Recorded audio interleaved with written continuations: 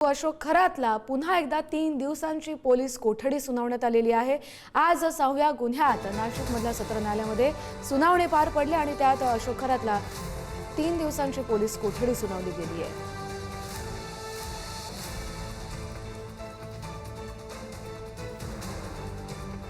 बंधू अशोक खरातला पुन्हा 3 दिवसांची न्यायालयीन पोलीस कोठडी सुनावण्यात आली आहे। काल 5व्या गुन्ह्यात अशोक खरातला 14 दिवसांची न्यायालयीन कोठडी सुनावली गेली आणि आज 6व्या गुन्ह्यात अशोक खरातला 3 दिवसांची पोलीस कोठडी सुनावण्यात आलेली आहे।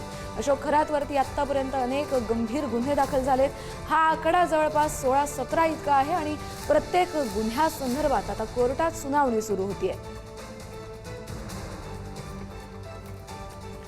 बंधू अशोक खरात याला पुन्हा 3 दिवसांची पोलीस कोठडी सुनावण्यात आलेली आहे।